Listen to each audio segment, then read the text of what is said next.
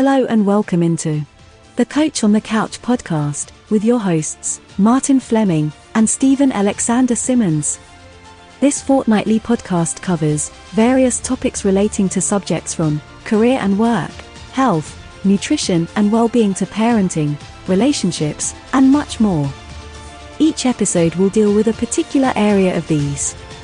So, if you are interested in learning and hearing some different thoughts, ideas, and even get some tips or helpful suggestions on these areas of life, or perhaps you are into self-development, then we hope you will stay with us and hopefully enjoy a fun, insightful, and what we hope will be an interesting discussion for you.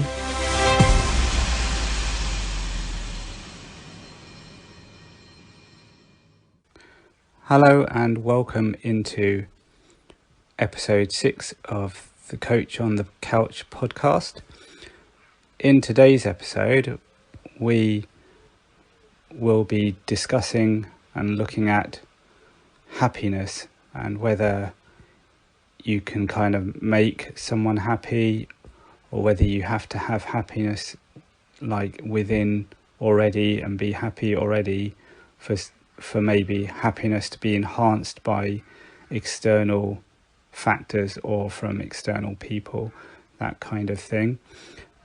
So I hope you enjoy the episode, and without further ado, let's get into the episode.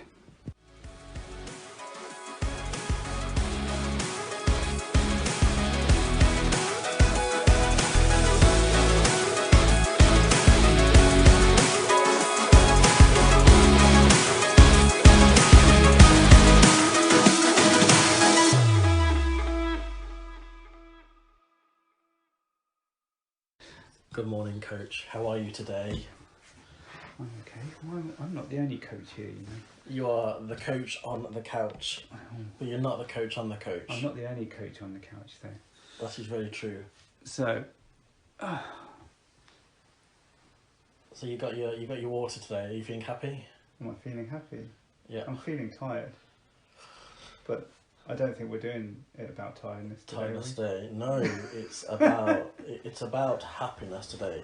I'm kind of very curious about this whole subject about happiness in general, because you've only got to go on most social media type accounts, or you've only got to speak to the average person, and it doesn't take long to pick up this general feeling of unhappiness. A lot of people are generally unhappy or they're miserable, and yet there seems to be this desire to, the phrase is to lead one's best life, but it seems like these moments are very short-lived, yet it's still something they attain to have. And so for me the question is, it's like, I've never ever done drugs, but I equate it to cake. So for example, when I eat cake, in that moment I feel quite happy because obviously it's got lots of sugar and E numbers, etc like that, and to continue to have that happy feel, I would probably have to have more cake and then more cake, and it seems like constantly chasing that buzz just in order to feel happy, and it's the same with some of these drugs. It's easy for people to get addicted to drugs because you take a little bit and then you have to kind of maintain that level. Same with coffee. I used to drink a lot of coffee, and it's the same there. You start off with a little bit of coffee and then you build up to stronger stuff. So you have to have coffee or your cake to make you happy? I don't have to have those, but I think those are great examples about this human insistence on chasing what is happiness and having that happiness moment. So what is happiness? I think that itself is the question I think that needs to be discussed. Really. Is it external or internal? I think it's actually, personally, I think it's both. There's a saying at the moment that's going around. If you go on TikTok and you listen to all these coaches and stuff like that, you don't even have to go on TikTok. But there's this saying that in order to make other people happy, or in order to be happy, then you have to have that happiness within yourself first. Mm-hmm. And I think that's very true. But the problem is that people don't know how to maintain this sense of happiness. So it's not that people don't know what happiness is or what it feels like. It's how to maintain that. How do you maintain it?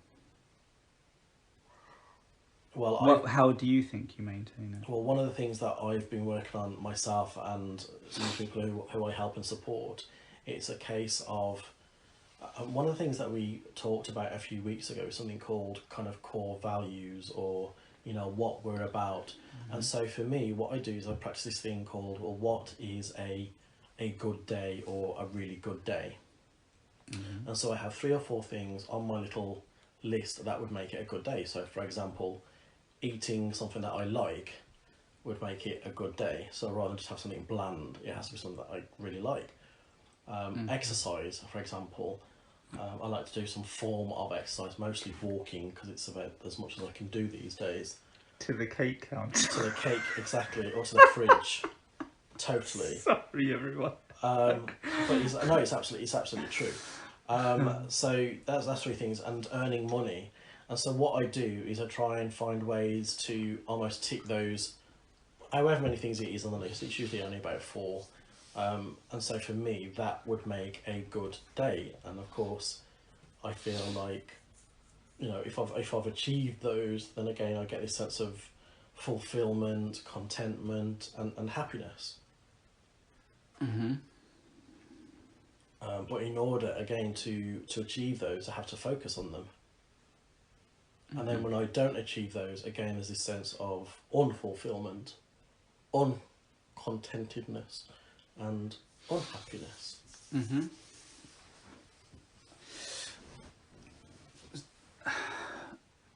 So, for me, my thoughts, my views on this is that I'm in the whole happiness is internal, in that kind of school of thought. It stems from self-acceptance. Mm-hmm. So like you mentioned a couple of weeks ago, we did about who are you and self-identity. Now, the more okay you are with yourself and who you are, and you if you've learned all you can about yourself, we don't always know 100% about ourselves, but you're comfortable with who you are, and kind of your pros and your cons about yourself, and you're happy with you accepted the fact that we're human, we've all got flaws and whatever. So it doesn't, at that point, then it doesn't matter. It's like when people say something about you, it's like, well, if you already know who you are, you've accepted who you are as a person, then that's where your happiness stems, because you're comfortable, you're content within yourself. Now, so then when you have some of these other external factors, and you have or even like your partner, your spouse, who says, oh, I just want to make you happy.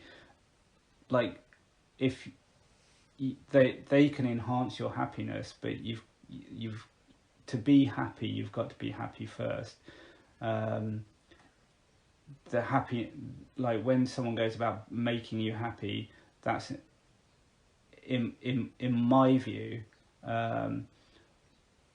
I don't think you can make someone happy. You maybe in the short term, a bit like what you're saying about these, short-term fulfillments, and having then to chase that whole thing again, but you're chasing something that's very superficial and non-lasting. So of course that takes a lot of energy, which then means you're not going to maintain it. You're saying about maintaining, but yeah, it's an impossibility, because you're always going to have to, you just have to keep refueling and all that, and it's you can't keep that up, and you're chasing something that you'll never achieve.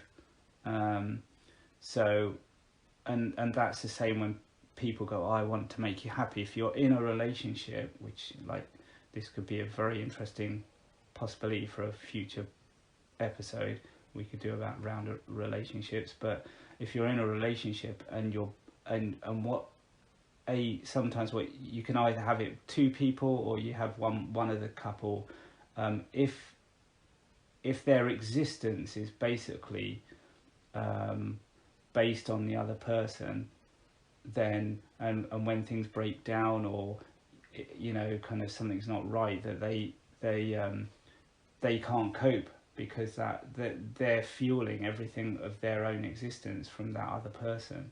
So when they withdraw that's so to not be in that position, you've it's really important, and a question of actually having that whole self-acceptance.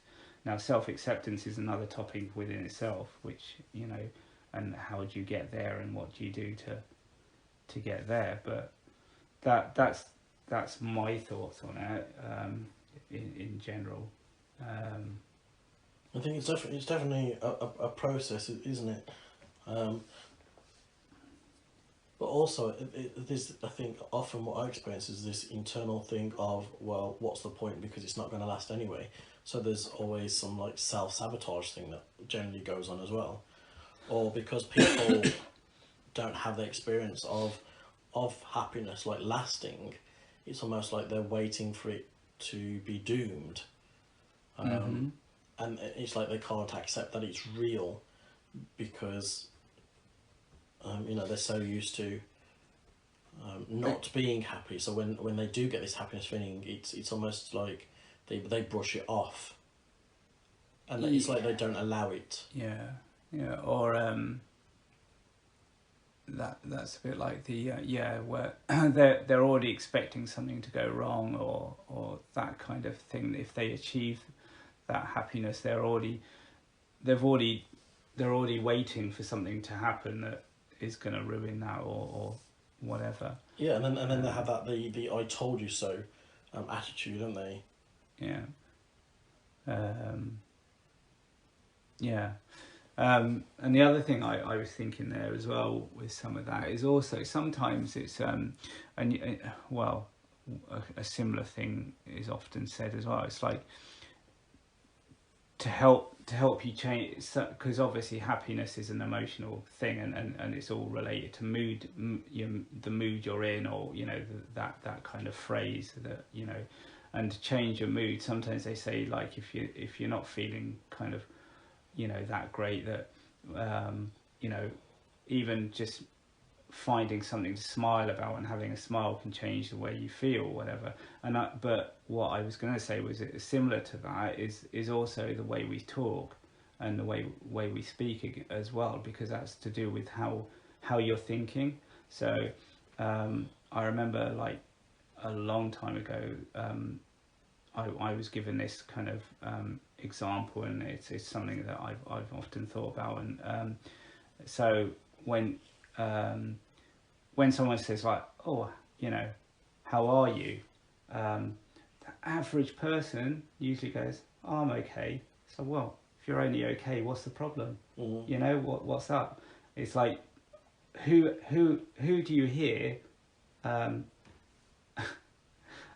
apart from some cultures like in America, that would turn around and say, oh, I'm great. It's like, if you said that to an English person, like, they don't know what to say to you. If they say, oh, how are you today? Oh, I'm great. Oh, okay. It's like where if you said, oh, I'm okay, it seems to then there seems to be a bit more of a conversation, because then they go, oh, well, but by saying you're okay, you're not saying you are, that you're not okay. Do you see what I mean? It's like there's the it's negative. it's just a way of saying I don't really want to talk about it, but I'm going to say something just to. It's that kind of mediocre kind of. It's a term that almost implies that you're only mediocre, or you're kind of very, you're not great, but so to change that terminology, and the more you say something which was more positive, you're actually sometimes that can actually make you feel better, because if you start saying it over and over to other people or whatever, if someone said, then that can change the way you're thinking about stuff as well, and you may not be so you might not have such a negative outlook on certain things throughout your day or whatever. So I remember going to an event. I think it was about like 3 or 4 years ago. There was this guy. Can't remember what his last name is now. It'll come to me. But basically, he got the audience to stand up, because we're all sitting down. His name's John. I think you probably know him, to be honest. I forgot what his last name is now. Sorry, John. In case you're ever listening to this, but basically, we're all sitting down. And he got us to stand up, and he said, "Right, okay, what I want you to do now is I want you to wiggle your bottom." And like we was all like, we just looked at him as if to say, have you just lost the plot? And basically he did. He just got almost the whole audience just to start wiggling their bottom. And so what was interesting was it did change, like it or not, it did change the whole atmosphere, because we went from like this group of almost disinterested or bored or tired like audience to suddenly just laughing at either what was going on or at each other. And and his whole thing was, he said, when we change posture, we can change that shift. And he said, in relation to his bottom wiggling, he said, you can't be miserable while you're wiggling your bottom. And so sometimes when I find myself a little bit miserable, then I'll start to wiggle my bottom, and lo and behold, I can't be miserable while I'm wiggling my bottom. And to be honest, if somebody was wiggling their bottom in front of me, I don't think I'd be miserable too. Do you know what I mean? Right. Yeah. But his basic thing was, he said, how important that posture is, and just a simple thing of changing. I think the phrase was change posture, change state, meaning you can change your state of mind simply just by changing your posture. And I thought that was quite clever, actually, how just a simple thing like that just really worked. And I think that kind of connects in with other kind of practices where they say about being in touch with your body, and that whole, I suppose, some of it being a mindful thing or whatever, but some of the like meditation practices where they say like feel the tension, so if you change some of that, it's like when they say about concentrating on your breath and stuff, it allows you to kind of feel different, which then can change your kind of your state of mind and your how you feel as well. So so I think also the question of happiness is like I said about self-acceptance. Some of that also then for self-acceptance also has to be a sense of, again, like sense of worth and sense of value in there, because you can't be happy about yourself if you have none of that either. But obviously everyone kind of, on average anyway, that it's a bit of a generalization to say it in terms of how I was going to say that, but that in the main, like most people equate, kind of almost like we've done a whole circle back to the start again, but equate happiness with external events and situations and people, and I think it's a lot of kind of very many people, they tend to put that or place that happiness on that stuff, and if they don't have that then that's, you know, as I say, I suppose we're kind of coming back round.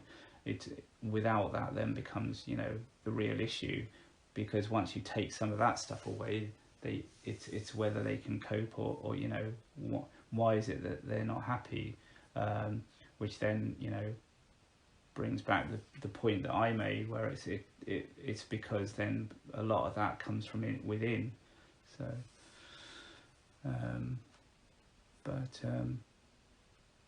I was once given, there's a friend of mine, a mindfulness coach actually, and he gave me this book because we were talking about happiness. He said, I've got a book for you. I was like, okay. And it was actually by Paul McKenna, who's a famous hypnotist, hypnotherapist. No, yeah, I think there's a difference, isn't there, between a hypnotist and a hypnotherapist? is there? Anyway, yeah, but he's a hypnotist.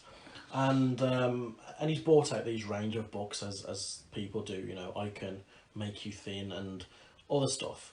And one of the books was, he says, I Can Make You Happy. And my first initial thought was, well, that's I don't really like that idea, because can someone really make you happy? Because I mean, like you said, you know, it's an internal thing, and if you get your validation from somebody else, then are you ever going to truly be happy? Because if you fall out with that person, what does that say about you? You know, does that mean you can't be happy because they've fallen out with you? And a lot of his stuff was basically around like exercises and stuff that you can do to be happy, like some simple ones like hugging yourself, which I thought was really silly, but it was so effective. And I tried that once myself, and I thought, well, this feels a bit silly, and I felt a little bit better. But then I did it on a video, and it was amazing the response that I got, because suddenly people who hadn't been hugged for a long time were doing like this self-hug thing, and just this feeling of being hugged was just having this dramatic effect on people. And so, you know, I'm not a huggy person. You know, if somebody comes near me, you know, I'll scream. I'm just not. But what it showed me is the effect that something as simple as a hug can do, and it can create those, what do they call them, happy hormones or something. I don't know. So I was very intrigued by that, to be honest. Yeah. In terms of, like yourself, I wouldn't have gone with the title, and I as I say, I don't really agree that anyone can make you happy. But for Paul McKenna, the title sells, right? So you know, if you say to someone, I can do this, or I can make you whatever, then that's going to sell. Obviously the techniques he uses, at the end of the day, is we're back to a ways to try and enhance your happiness, or to change the way you think and feel. So they're all things that it still comes back to you, and even with hypnosis, that still even with hypnosis stuff, the whole thing stems back to you. I mean, he's always said, like, you know, I know there's been kind of criticism over some of the, you know, stuff, or, you know, people have a bit of because he did TV shows as well, a bit, you know, where they do the stage stuff. He's, you know, people have always had a bit of a kind of warped idea of what hypnosis is, and I mean, obviously, what you see on the stage or on TV, there's a lot of preparation prior to that, which no one ever sees, you see. So it's not just that all of a sudden you're going to go, you're a chicken, and they're gonna cluck around the stage or whatever. And even he said, like, for you to be able to do that with someone after all the preparation as well, that they have to be susceptible to that. They've got to be open to that influence. So it's still, even with hypnosis, it always comes back to the person. So even if he, with a title like that, he can make someone happy only by helping to influence that, but they've got to be open to that as well. So I think, I mean, I don't agree with the title, but I think the techniques and methods that are used are just going to, you know, be the same thing.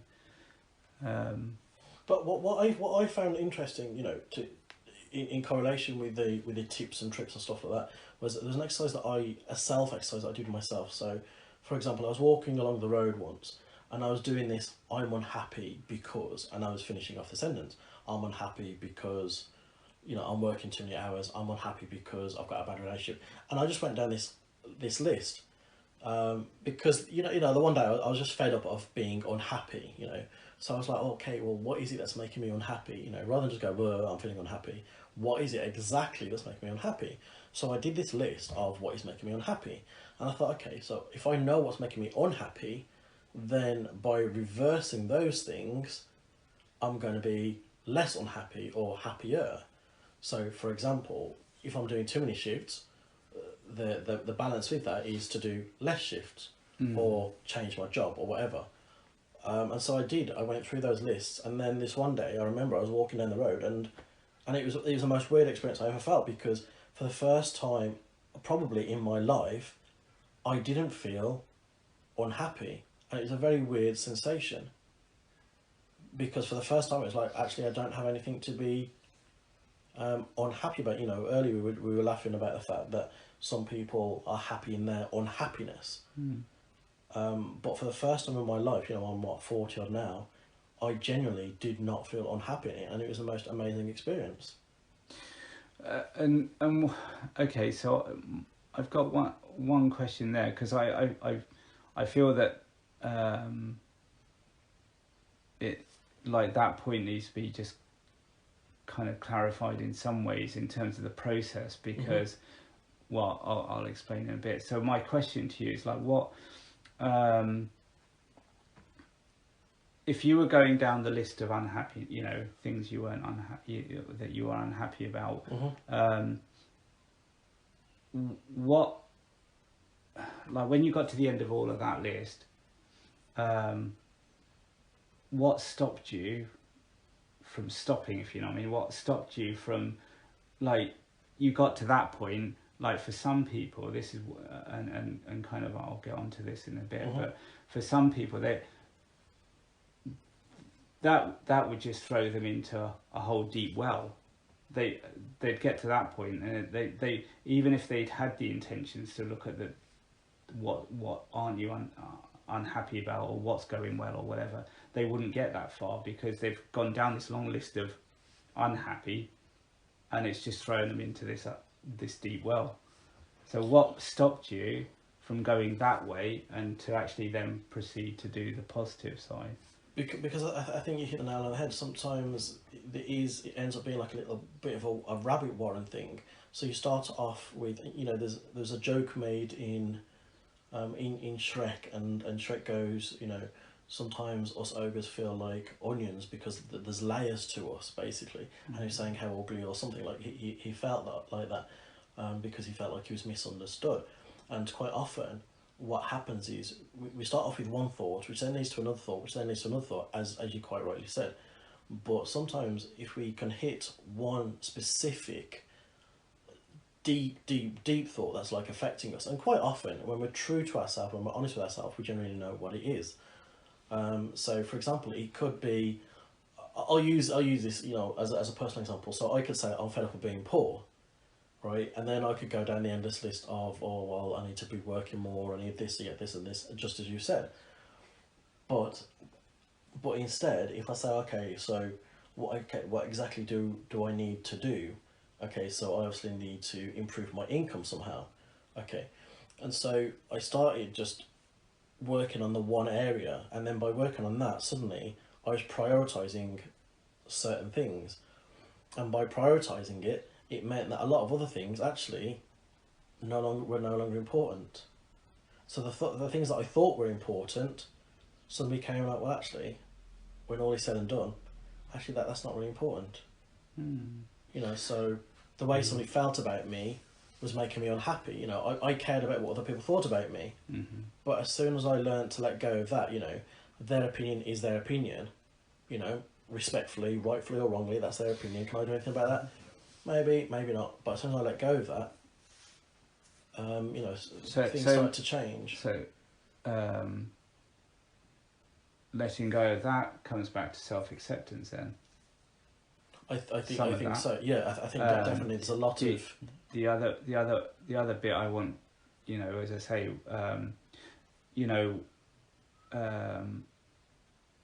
I as you well know, there's still going to be people out there that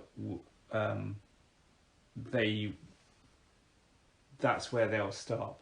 I mean, for yourself, that worked really well, and I'm still wondering what reinforced that ability, whether that's that or whether you call it resilience or whatever, but what reinforced that ability for you to move on to the positive stuff, because I know myself there will be people out there that would go down a negative list, and that's where they stay. They just stay in that negative place.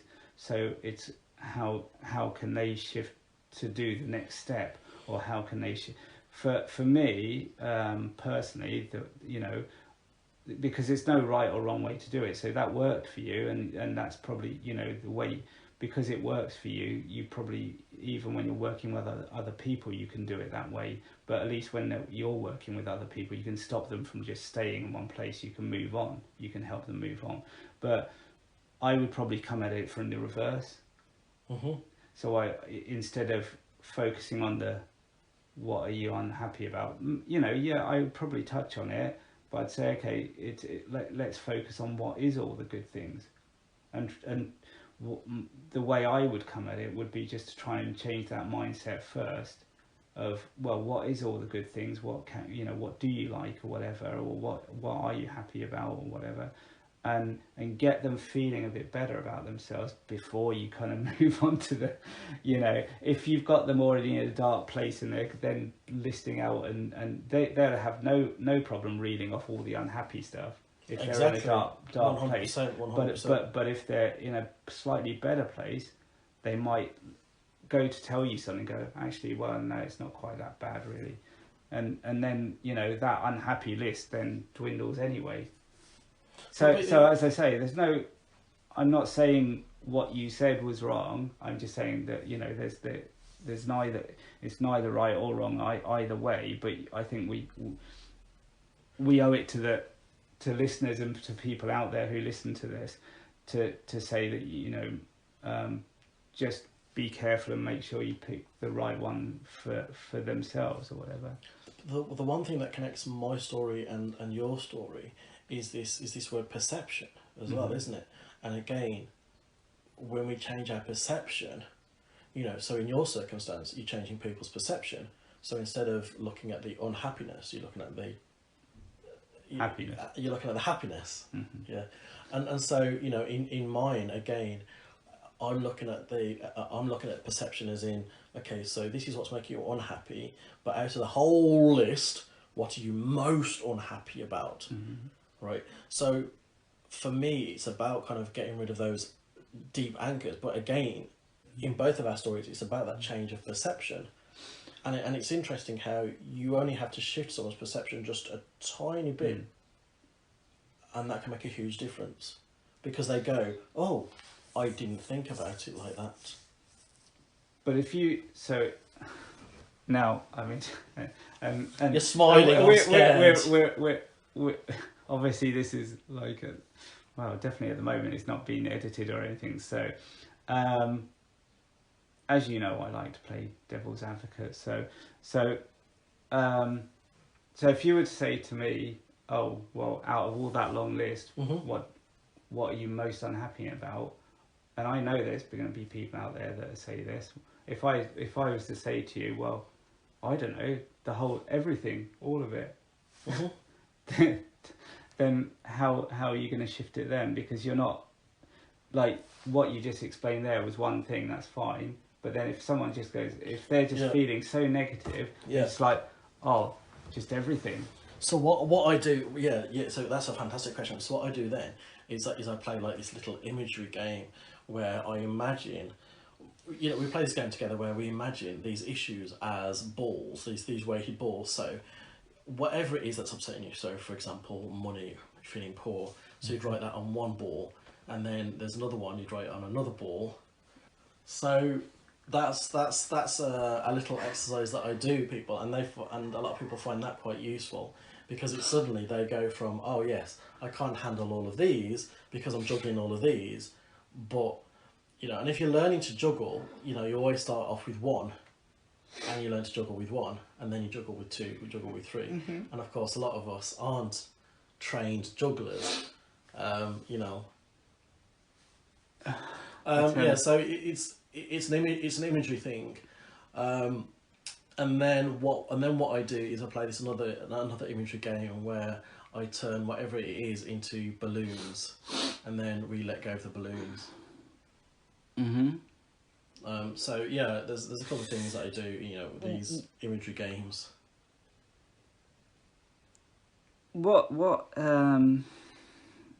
That's just kind of something that's just come to mind there when you said that. Why do you let go of the balloons opposed to now? There's a reason for this question, only because I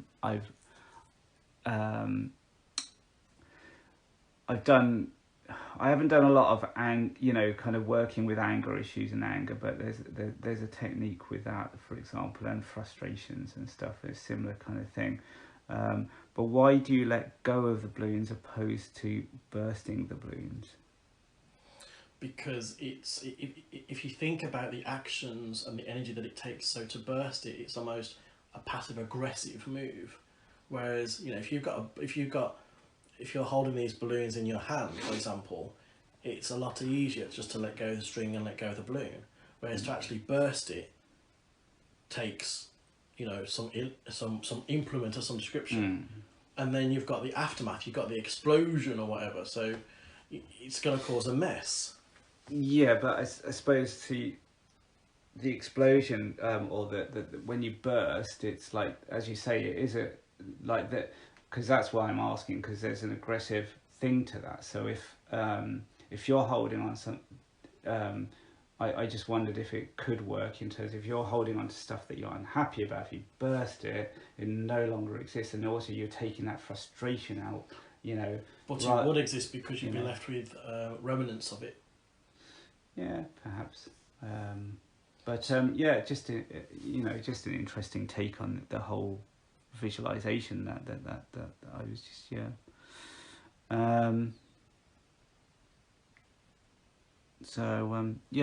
I just wondered what there's another tool that I use, and it's a memory type tool. So basically, if people are struggling in the moment with something, I take them back to a moment where, because a lot of people feel a failure, right, and that's what makes them unhappy. So what I do is I take them back to a moment where they did something and they were successful in that, whether they were praised for it or not, at a moment when they were successful.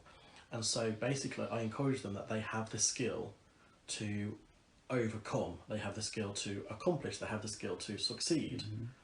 So then I kind of fast forward them from that past moment into their present moment, remind them that they have the skill to overcome. And basically it's almost like they've forgotten that they've got that skill, or they've forgotten that they were able to do that. Because again, they were so busy being told, you can't do this, you'll never do this, that they've almost allowed that to soak in, to anchor them. I mean, it's part of like an NLP trick, really. What if they can't think of a success or a time that, again, when you've got a negative mindset, they may not, you could ask the question, and I'm not, as I say, I'm not disputing what you're saying. I mean, but I just know, in terms of people you work, and when you work with some people, and if they're in such a negative mindset, that you say, well, when was another time, and they was like, oh, I don't know, and it's like, which is kind of a completely different topic, but that whole feeling of trying to pull teeth as a therapist or a coach or whatever. You might have someone in front of you that you're think struggling to get. do you know what? I absolutely agree, and I can relate to that because again, there's so many people who I deal with who are like that, and at some point you have to go back to that original question of, do you want to improve? Because you remember earlier, one of the first conversations we had was that we said that some people are happy being unhappy because it has formed their identity so much that as soon as you try and take that away from them, it's like, well, They're not happy. Exactly, they're not happy, and it's mocked up. So in that scenario, if someone is so unhappy that no matter what you do, they're going to be unhappy. You have to say to them, okay, well, do you actually want to improve your life? Because where I'm sitting right now, it feels like you actually don't. And it involves, that effort and that work. And some people go, well, actually, no, I don't, because it is too much like hard work. And at that moment, you've got to say, well, okay, so maybe you're not in a place to do that right now, where you can revisit it at another point. And then you've got to know when to walk away. Yeah. For your own sanity and for their sanity, because there's no point in you both sitting there and getting nowhere. Exactly. Yeah. I just thought I'd pose the question. But I mean, I spoke to a therapist recently, and she said, I had someone coming to me, and they were asking for for help and support, and week after week they would come and they'd give me money, and I would give them advice and stuff, and then they'd come back and I'd say, well, did you do it? And they'd be like, no, nope. And you laugh, and I'm laughing because we've both had it, and in the end, she said to this client, look, I'm gonna have to stop these therapy sessions because I don't feel right taking money off you because you're not doing the things that that I've given you help and support in. You've asked me for help and support. You say you want the help and support. You say you can do it. There's nothing stopping you, but for whatever reason you're not doing it. So it's a kind of a waste of my time. And I had a situation recently as well where somebody said to me, look, I want to try and get a job, and I was like, okay, well, have you done this? Have you done this? No. And so and then we revisited it, and they still hadn't done that for whatever reason, and yet they were still complaining. And so at some point you've got to know when to put that boundary in and that limit and say, well, okay, do you want to do this or not? And how much do you want to do it? Yeah, I agree. I was just like, well, the only thing that I was kind of thinking there was, so I suppose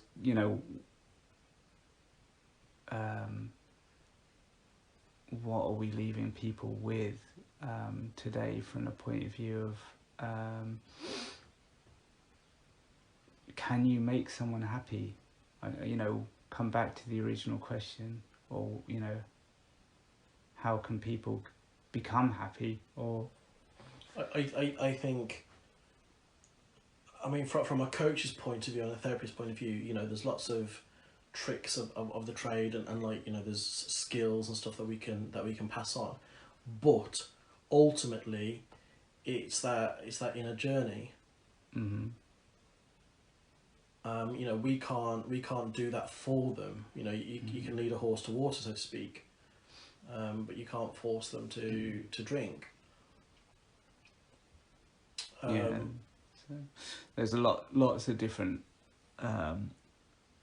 There's lots of little parts to what they'd need to do for that. I mean, there's, like you said, letting go of things you have no control over and accepting those things that you can't control, and being comfortable with that. We all moan about government, but we know we can't control that. They run the country. We have to comply with the law, but we don't always agree with it or like it. But unless you're going to change your job and go into politics and do something proactive like that, exactly, there's nothing you can do about it, so you have to accept it. So if you've got to live with something, it's finding a way to live with that and to take the control of the things within that situation you can control. So there's that. There's the that acknowledging your own achievements will help with self-acceptance, and that whole self-worth, that valuation that you were speaking about in terms of bringing, because then at least they'll have something when if someone like yourself said to them, well, you're going to take them back to a time when did you achieve it, as long as they've even if they get into a bit of a, we're all human, even no matter what work you do on yourself, if you get yourself into a bit of a bad rut or whatever, if you've done some of that, you've acknowledged some achievements that you've made, and you find happiness or pleasure in that, contentment, at least then when someone does do that, you've got something you can hold on to. And I think another good one that tends to be quite a popular one as well is at the end of each day, just making a list of what you were grateful for that day. So a gratitude list that can change the way you think as well. Yeah, definitely. And another kind of piece of advice I would give as well, and this one isn't easy, but a lot of people blame themselves. There's a lot of blame and there's a lot of guilt about, and this takes a bit of work, but sometimes it's about realising that actually when something happens, it's not necessarily your fault. And actually the fault lies within the other person, but because of who they are, they've tried to shift the blame onto us. So sometimes it's about removing that blame and that sense of guilt as well. Mm-hmm. Along that lines comes a whole ream of things around forgiveness and what forgiveness is. But one aspect, all I'll kind of go into today, is one aspect is about forgiveness isn't always about forgiving someone else. It's about forgiving yourself. So if someone has been away somehow with you, or trying to blame you, or whatever it is, if there's something's happened, it's okay. I'm not saying that you don't forgive other people, but sometimes you have to forgive yourself for being in that situation, or sometimes allowing other people to have done that to you. So you forgive yourself for getting yourself into that, and that's where a lot of self-development stems anyways. It always comes back to the self, back to yourself and whatever. So forgiveness can be another one, but that's again like the stuff you're on about. It's not, they're not easy steps, and they're not things that kind of come straight away, because we typically, especially with forgiveness, you're typically taught that when you forgive, you're forgiving someone else, you're forgiving that, you're not, it's not pointed at you, it's about like something that you give to other people, and that on top of that compound that like you were saying about the blame or whatever, kind of that. No, I mean one of the again, one of the tools that I use is the happy balls thing as well, and that is a useful tool to have. So and I think just to remind people that as coaches and stuff, we do have a certain set of skills as what's that guy says. I can't remember what it says, but so if anybody does struggle with their unhappiness, or they want to explore, well, what would happiness mean for them, then of course they can always reach out, or if they want to have a look at my happy balls, then again just send me a message or whatever.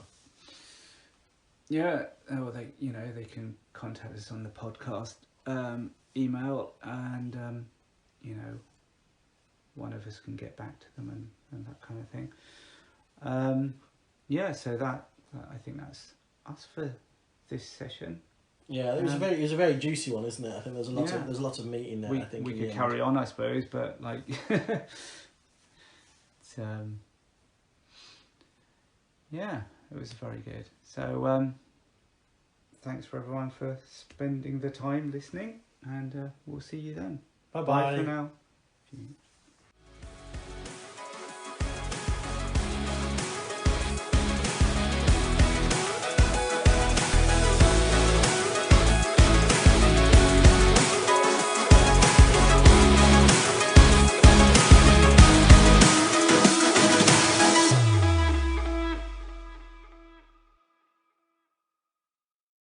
thank you for listening to episode 6 of the podcast, and I hope you enjoyed the we had around happiness and the various skills and techniques that you could use to help with increasing your happiness or becoming happier and getting yourself out of, say, a low and a bit of a rut, and the whole discussion about whether you can make someone happy or if it comes from within, and that you have to be happy first before